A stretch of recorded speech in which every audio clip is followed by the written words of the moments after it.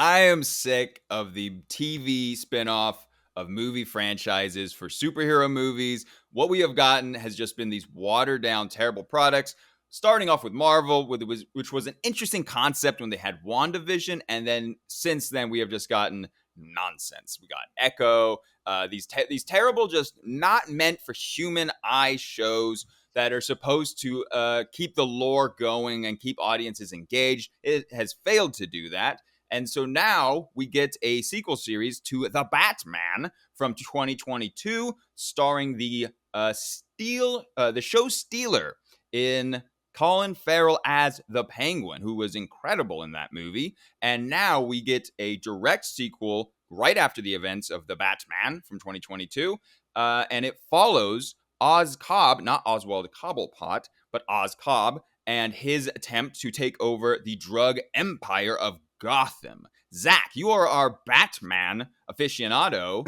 Your thoughts on Colin Farrell as the Penguin and this first episode that we just got from the Penguin? Sure. I think Colin Farrell is sensational, or was sensational, is, as the character.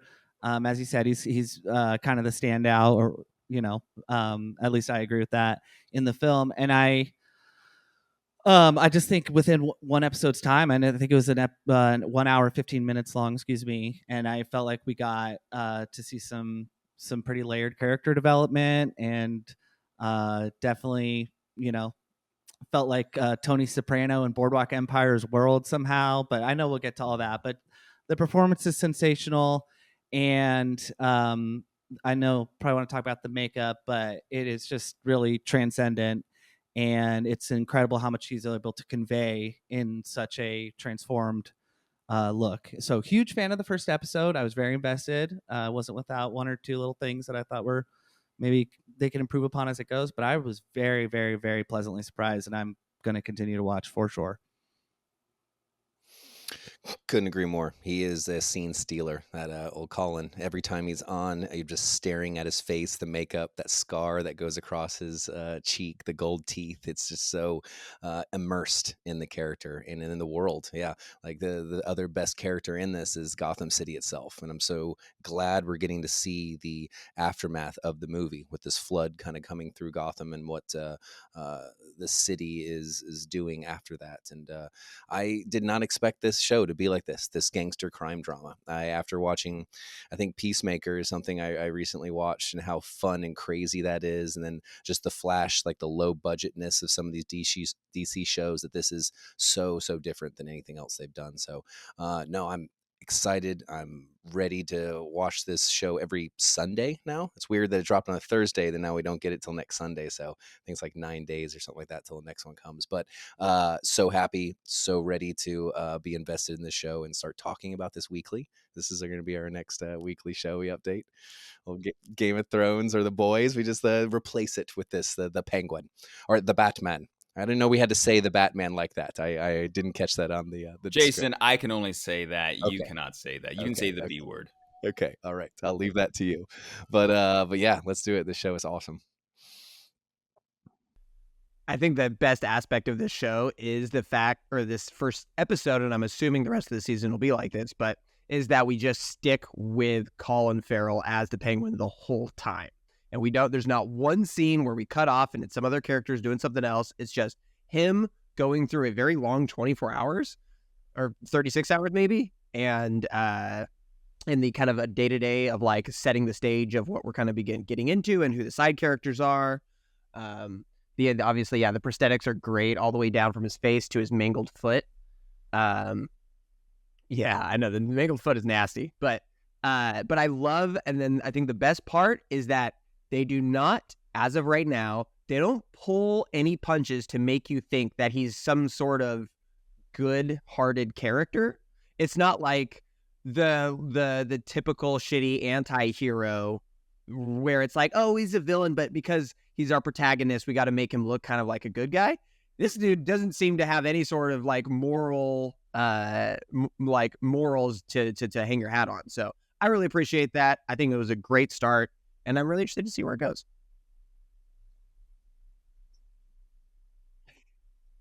Mom character was weird. I'm going to be honest, a little bit weird. I get the classic gangster has to have a mom that he's like close with, but a little bit strange. Remy, you nailed it.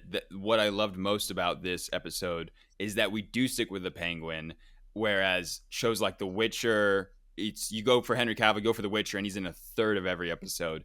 This is literally just following the Penguin, and I'm hoping that remains consistent throughout the show, because we don't need there's plenty of other characters in this show that they introduce that are great, but we don't need to get everyone else's story. This can just be the Penguin, as we follow the Penguin in his quest to take over the crime scene of Gotham. The show starts off, and Carmine Falcone is dead, as he was at the end of the Batman movie, and his son, Alberto Falcone, has taken over the crime family, and he has a confrontation with the Penguin. Jason, what was your experience of that confrontational scene? The Penguin is just a captain in the mob, and he's kind of being talked down to by this punk. What did you take away from that scene? So I have medium to limited knowledge of Batman, but I have read the Long Halloween, and the Holiday Killer, which, spoiler from the 90s, Alberto Falcone is the Holiday Killer. So he has this very big rampage for a couple years, becomes a big villain, and then ends up getting killed by Two-Face or his sister. Anyways, so I did not think he was going to get killed in this scene. I thought he was going to be a protagonist throughout the entire show, maybe even leading him into being one of these villains or whatnot. And so when he gets capped by Penguin, I was blown away. And I think that's so cool that happens so quickly in the show, because it really is setting the tone, I think, for the entire show. Wasn't building up to his murder, but it's more of like dealing with the outcome of his murder, which I feel like is any great crime drama. You have the crime in the beginning, and then it's all the fallout of that. So now that scene was so cool, so well done, and you almost think he's going to talk his way out of it, get Alberto so fucked up, off of drugs and alcohol, that he was just going to, fall in line with him. But no, it takes a very cool turn, and then even such a glimpse into Oswald, what he wants for being the Penguin or the future gangster. He wants to be revered. He wants to be on some parade, and the fact that Alberto laughs at him for it, I would have shot them too.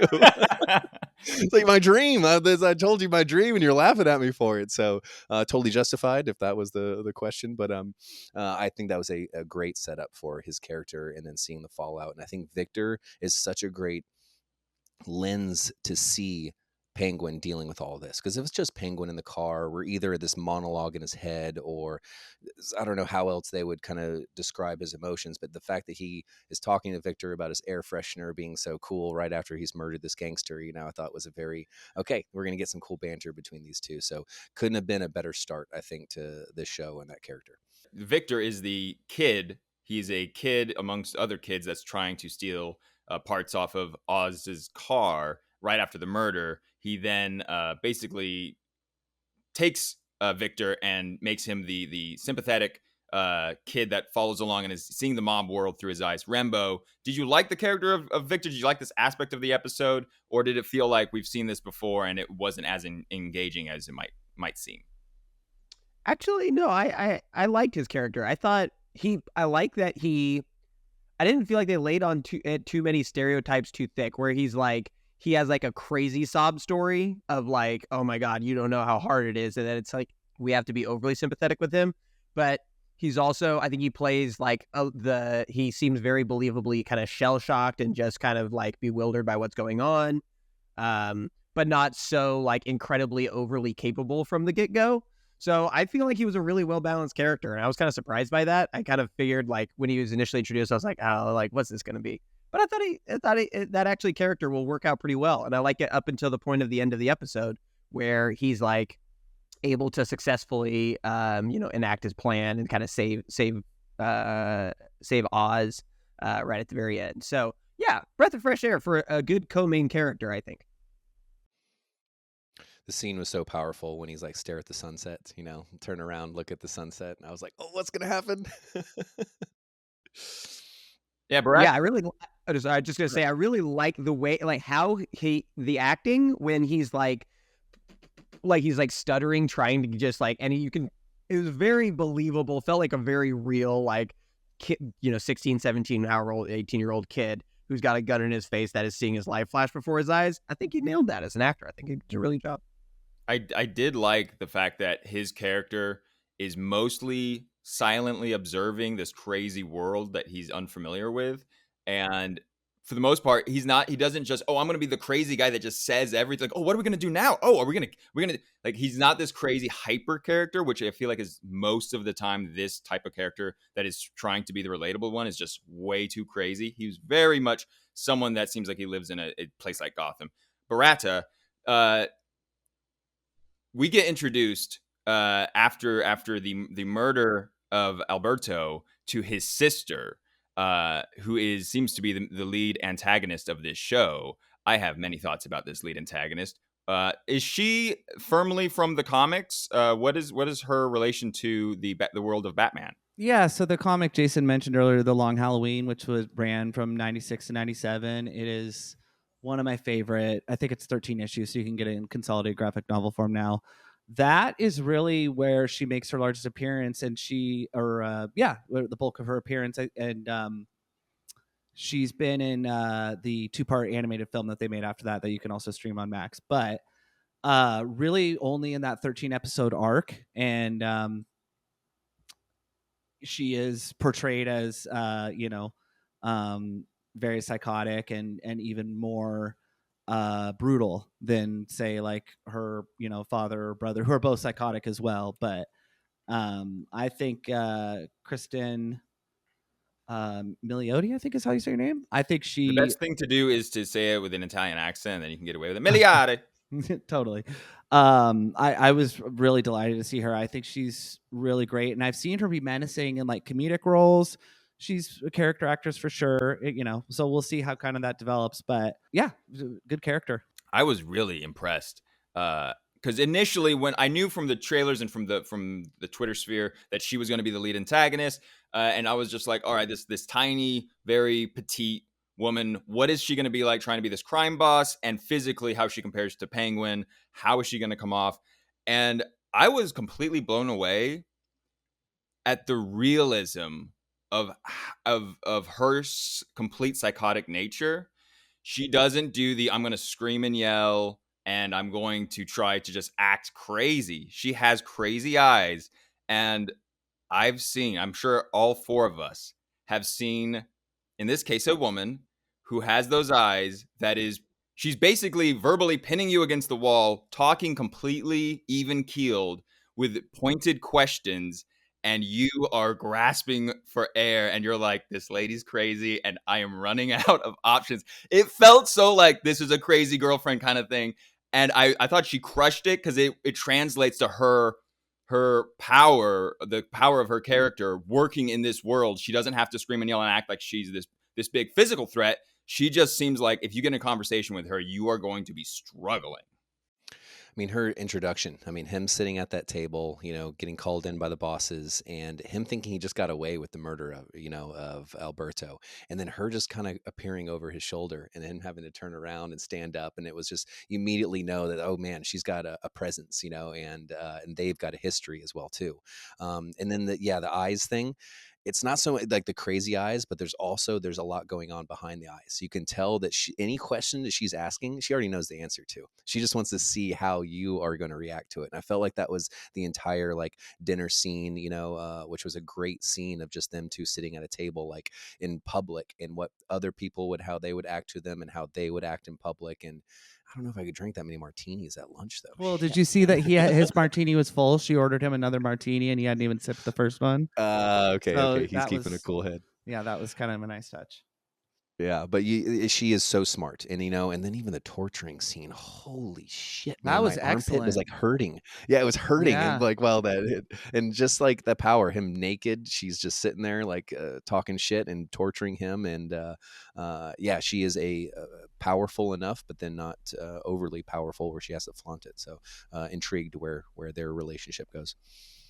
I think the best, maybe the best acting moment of how do you portray a crazy chick is when she's like, tell me I'm crazy. call me crazy. And she's just like staring at him, just being like, daring him to have to actually call her crazy. That's the best line of the whole fucking Yeah, show for her. he doesn't even want to admit that she came out of Arkham. He's like, yeah, he just got back from. Sophia, I thought you was still at, Arkham? yeah. No. I've been rehabilitated. The way that Penguin, he's tied to the chair, and then it reveals his plot. The car comes crashing in just like Roadhouse to cause a distraction and to put it on Salvatore Maroni, who's played by the great Clancy Brown, who's in prison. And this is what's cool is that the Penguin's just not this, and what they did really well in the first the Batman 2022 was that the Penguin's not an idiot. Like, yes, he's impulsive. Yes, he's obviously psychotic on a level.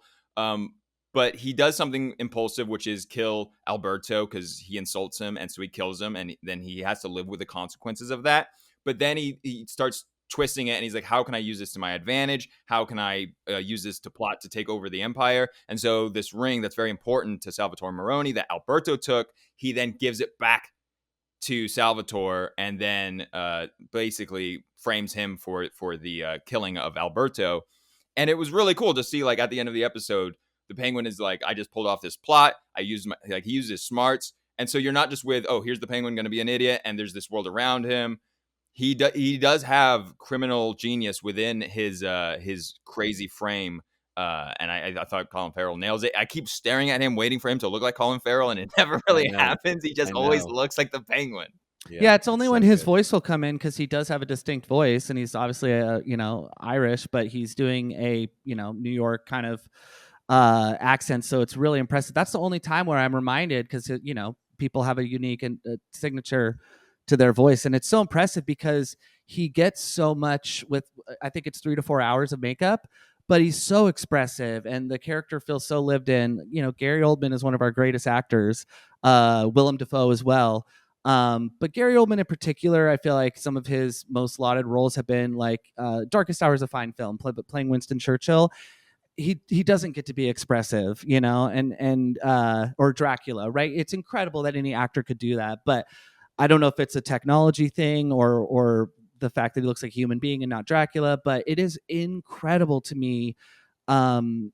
He's not doing twitch acting. He's not trying to be the Joker, but he has these distinct physical cues that feel incredibly natural. And it's so cool to see Colin Farrell in this chapter in his career, because he's such a charismatic and amazing actor. Final thoughts and recommendations. Are you going to continue to watch this show? Rembo, your final thoughts and recommendation if you're going to continue watching it. Also, you touched upon the mom character, who was pulled very much out of the Sopranos character between Tony and his mom. That part gave me some pause. I'm like, do I like the fact that this is so close? There is a twist to it where she is maniacal. What did you think about that? But then also, if you think that you will continue watching the show. Yeah, I was like trying to get what the dynamic was. She starts like talking shit to him, calling him a little pussy boy, but then it's like, no, you're not a pussy boy. And I was like, oh, okay, I guess he's not. So the dynamic was a little bit strange. She clearly has like some form of dementia setting in, that she like takes meds for. And so, but yeah, it's a little bit on the nose for like, they're laying it on a little bit thick for the classic gangster character that has to have like a close relationship with his mom. But I don't think it's a weak part of the show. I think it's just maybe something I won't care as much about. But that being said, I definitely will keep watching. I just am really hoping they just stick with every scene as the Penguin. I hope that's the vibe. I love, again, just another cliche, but like you have to have it. You have to have the mobster that has a local small shop that he goes and gets food from. In this case, it's the drink. It's like the random corner street. It's just Slurpees. Classic fucking gangster shit. Like, oh yeah, gotta go get sandwiches from Pops, or like I gotta go get the suicide drink from Buddies. So just, yeah, it's one of those like classic little cliches, but I like it. And I think this is a role that Colin Farrell was meant to play. Apparently, he's so good. It's going to be one of those things. I think by the end of this show, I won't be able to think of anybody else as playing the Penguin other than him. I mean, he's no Danny DeVito, and I think that's the only other actor that's played this role, correct? No, Burgess Meredith. Thank you. The great Burgess You're Meredith played right. a spectacular penguin. Hey, he's You mean pulling the from Adam Burgess West Meredith. Batman? Yeah, He's pulling exactly. from. He's pulling And so from. animated series penguins is all we got, in which they are all very like cartoony. These penguins that all we've ever seen is a very penguin-y, a penguin, and I love that it's not that. And no one even's called him the penguin yet, not it's like you see the waddle. I do like how that you got the waddle, and then the purple whip I like, in the purple suits, that like I like how they're just slowly, but no umbrella, no monocle, there's no of these like little very cheesy, I guess. I don't know if cheesy, but it's comic booky versions of it. And so I love how they're dealing with this character, and that we're getting, like you said, this is probably going to be the base level of what every penguin is going to be after this. So so happy with this show, and so looking forward to it every week now that all of our other shows have gone away or have turned to shit. But I can't say enough happy things about this, and I will be going to work today recommending that everyone should watch it. Yeah, it's so refreshing to see, and I realized that the Batman, we got to see these characters already, but it's so refreshing to see that there's like a realistic portrayal of a villain that we'd seen previously. They're like, okay, we're not going to have Danny DeVito with green slime coming out of his mouth, but that they're not doing like a rockabilly Joker as they did with Jared Leto. Again, we already saw that they weren't going to go that direction in the film, and we know this Penguin, but just the expansion of that shot of his leg brace and of his foot, it's very Darth Vader, it's very Morton Joe, it's very just these really awesome figures that could be so powerful and mighty, but it is the very obvious Achilles heel, or like Bubblegum Head in Return of the King, the orc, who doesn't want to help off his warg. Sometimes these like really imposing leaders can have some sort of physical defect and such, and it's really exciting to see how they're exploring that without making it that he's like some mutinous penguin. And I would be remiss, you are welcome to cut this, but I was introduced as the resident Batman expert, and I've pretty much just said the show is good.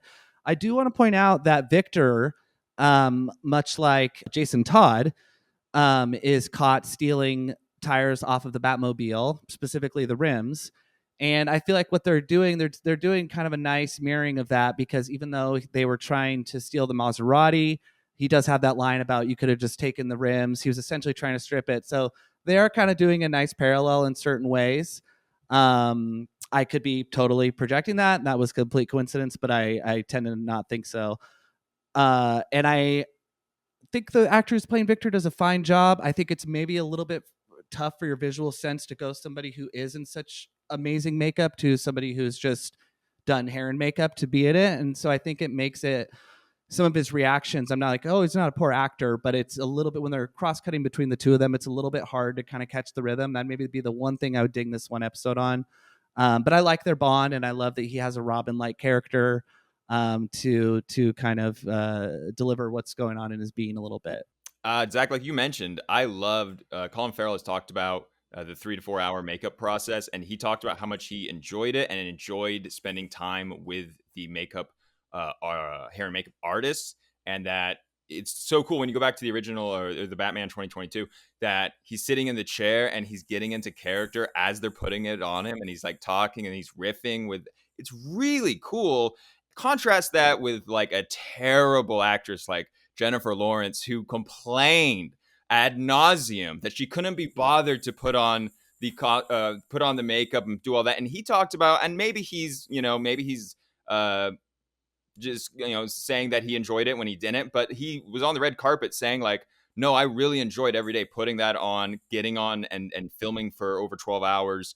And I really enjoyed it. And look, maybe he'll burn out at some point, but it's really cool to see how much care that he not only cares about the character, but the way the character comes off, and that he really loved this. And he's not just some actor that's just, oh, I have to do this. It's like, I really appreciate that. It comes off in his performance.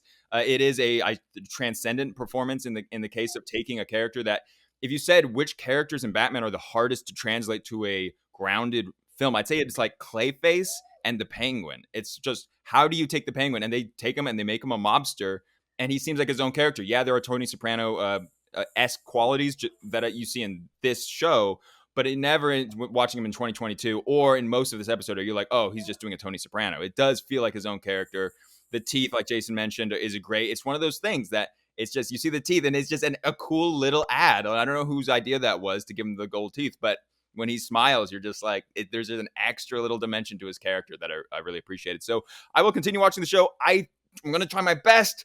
Try so hard to not watch weekly because I can't stand the disappointment of another The Boys season 4 or season 2 of House of the Dragon. I can't do it where episode 5 rolls around and it sucks, and then I'm like, no, I'd rather just binge this show. So I think I'll just binge it. There's still football on, everybody. 10 a.m. in the West, 1 o'clock in the East, and you can watch it all the way until Sunday Night Football, waiting all night for Sunday night. And other than that, you can also watch The Penguin, and we'll see you next time on Last Page.